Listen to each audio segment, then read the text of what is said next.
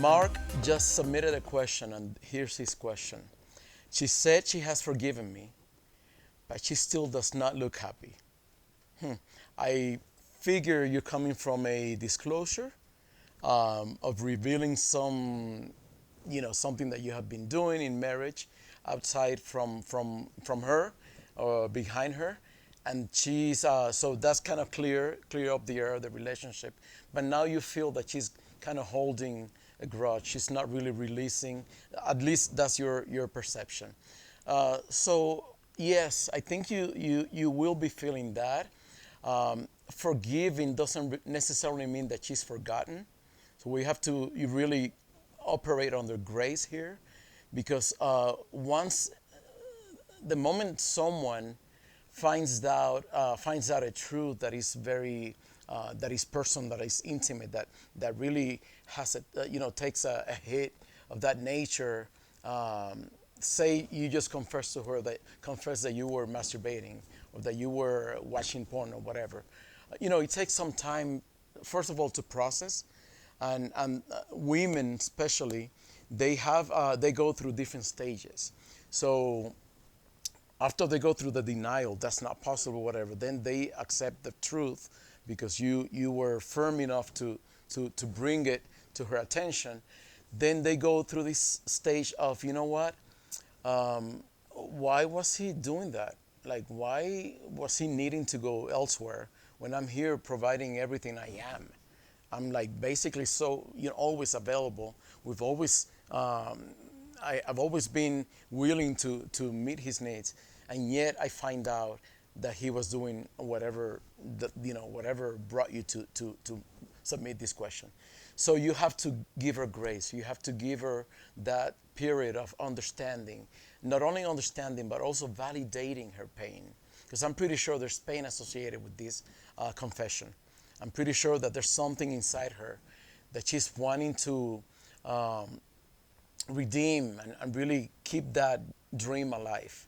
When a woman walks into a relationship and they give themselves in body, soul, and minds, and flesh, everything they are to a man, they really set their hopes up, and they come with that dream that when broken, when scattered, is going to feel very painful. So just understand that there's a process of healing. Forgiveness is not just something that happens overnight. Um, and I encourage you to be really patient with her. Be patient, that because she's not a computer. She cannot just replace her chip and all of a sudden be okay with you, and bring you, on a silver plate, just offer you everything. She knows how to, because she's processing pain. So she might even come back to you with some rough edges at times. You might feel she's kind of in that loop of, accusing you or reviving that pain and that situation. And you, on the other hand, on the opposite extreme, you're so done with that, you don't ever want to go visit that. But then that's what you get so frustrated with her, because you want to move past that, and she seems to be in a loop, reminding you of what you did in the past. So I understand that could be extremely frustrating.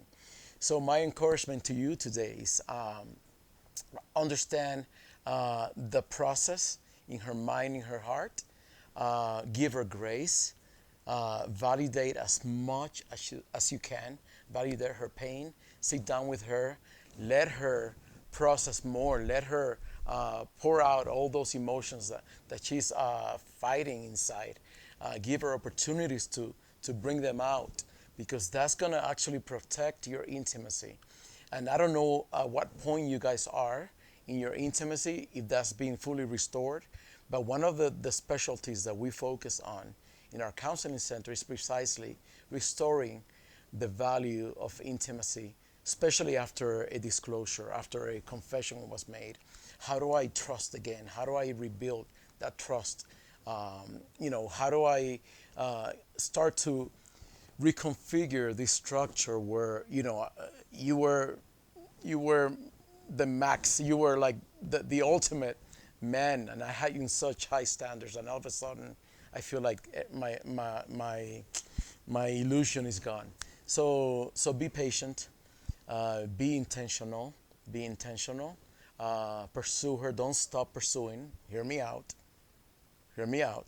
Don't stop pursuing that woman. Don't stop showing your vulnerability. Don't stop um, uh, presenting yourself available. And I know this is one of the main struggles with the guys that I work with, because there's something, some people may call it a spirit, some other people describe it as an emotion or something, but there's something called intimidation that is actually has the power to hold you back from freely expressing what you are truly feeling for someone, in this case for your wife. So when you feel yourself, when you feel that you're trapped in that, I want to do it, but I don't want to, I encourage you, just be strong, just take the extra step, go the extra mile, and beyond, work beyond yourself. So don't get stuck in yourself, in your own fears. I want you to focus on her pain. I want you to provoke conversations, even if she's gonna retake that conversation. And I know that's very fearful because you don't want to go back. But allow those opportunities, because they are gonna promote a faster healing. The more she, expresses those emotions, and the more freedom she feels in addressing those things that she's struggling internally, the faster it's going to go for both of you, for her, but also for you. So you might both need professional support. You might both be in need to bring all these lacks and all these, the inability for you to process as a couple to a professional setting, so that we can give you the tools that you need.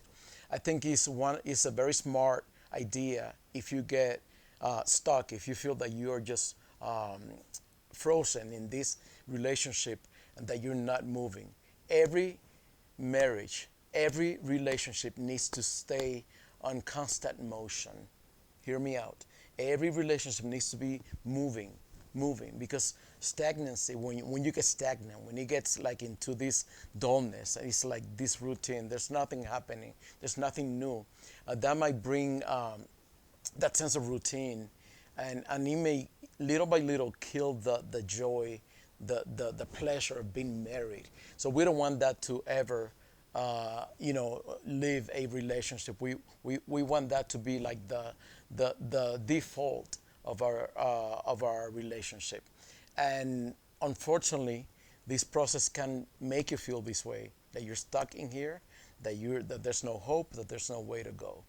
But the good news is that there is hope.